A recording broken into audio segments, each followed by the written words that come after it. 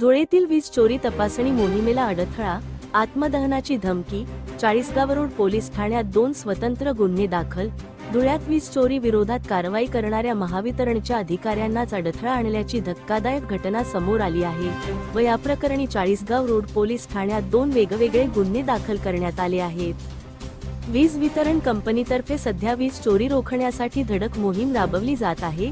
याच मोहिमेअंतर्गत शहरातील वडजाई रोडवरील मिल्लत नगर परिसरात महावितरणचे अधिकारी मीटर तपासणी करत असताना काही नागरिकांनी त्यांच्या कामात अडथळा आणला. यावेळी रफिक शाह पठाण नावाच्या व्यक्तीने, जर तुम्ही ही मोहीम थांबवली नाही तर मी आत्मदहन करेन, अशी धमकीच अधिकाऱ्यांना दिली. या प्रकरणी रफिक शाह आणि त्याच्या 2 साथीदारांवर सरकारी कामात अडथळा आणल्याबद्दल गुन्हा दाखल करण्यात आला आहे. त्याचबरोबर वडजाई रोडवरीलच हाफिज सिद्दीनगर परिसरात ही वीज चोरी तपासणी मोहिमेला विरोध करत फरहान नावाच्या व्यक्तीने सरकारी कामात अडथळा निर्माण केला, त्यामुळे त्याच्यावरही स्वतंत्र गुन्हा दाखल करण्यात आला आहे. या दोन्ही प्रकरणांची माहिती चाळीसगाव रोड पोलीस ठाण्याचे पोलीस निरीक्षक सुरेश कुमार घुसर यांनी माध्यमांना दिली. धुळे क्राईम न्यूजसाठी अब्दुल रहमान मलिक, धुळे. नमस्कार, मी पोलीस निरीक्षक सुरेश कुमार घुसर, Chalisgaon road, Dhule.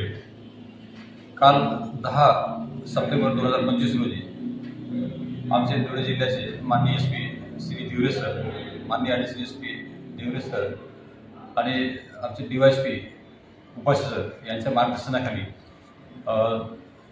CR number 223/25 BNS कलम 132, 226 इत्यादी प्रमाणे आम्ही गुन्हा नोंद केलेला आहे. अजून दुसराही गुन्हा नोंद केलेला आहे MSCBच्या कर्मचाऱ्यावर 224/2025. यामध्ये हकीकत अशी आहे, MSCB मार्फत वडजाई रोड, धुळे या भागामध्ये वीज चोरीचं प्रमाण खूप वाढल्याने त्यांनी मीटर तपासणीची मोहीम राबवली होती. त्या प्रकरणामध्ये याच्यामध्ये वीज चोरीचे मीटर चेक करत असताना वीज संदर्भामध्ये त्यातील एक आरोपी आहे रफिक शाह पठाण, याने त्यांना सरकारी कामात अडथळा निर्माण केला.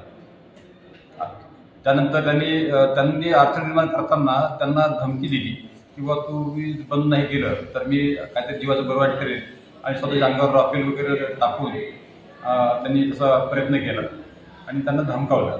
त्या प्रकरणी 223 प्रमाणे गुन्हा नोंद केलेला आहे. त्यामध्ये BNS 132 आणि 226. 226 हे मुख्यतः सरकारी कामात अडथळा निर्माण करण्यासाठी स्वतःला आत्महत्या करत आहोत असं दाखवणं, तसे धमकी देणं, हा प्रयत्न करताना हा विशेषतः 226 कलम लावलेला आहे. त्याप्रमाणे आम्ही त्या कलमाची वाढ करून रफिक शाह पठाण या प्रकरणात फरार आरोपी आहे, त्याचा शोध घेत आहोत. जसा त्या प्रकरणात त्याला अटक केली जाईल. सेम असाच एक प्रकारचा दुसरा गुन्हा नोंद केलेला आहे. त्याच्यामध्ये फरदीन नावाचा आरोपी आहे, तोही या प्रकरणात फरार आहे. त्याचा शोध घेऊन लवकर त्यांना अटक करण्यात येईल. यामार्फत एक आवाहन करतो मी आपल्या सर्वांना की सरकारी कामं करताना जेही कर्मचारी तुमच्याकडे येत असतील, खास करून MSCBचे कर्मचारी, तर त्यांच्या कामात कोणतीही अडथळं न आणता त्यांना त्यांचं काम करू द्यावं. त्या प्रकरणात तुमच्या काही समस्या असतील, ज्या काही समस्या असतील, त्याच्या कामाची पद्धत चुकीची असेल तर त्यांच्या वरिष्ठ कार्यालयाला की त्याच्या वरिष्ठांना तुम्ही तक्रार दाखल करू शकता.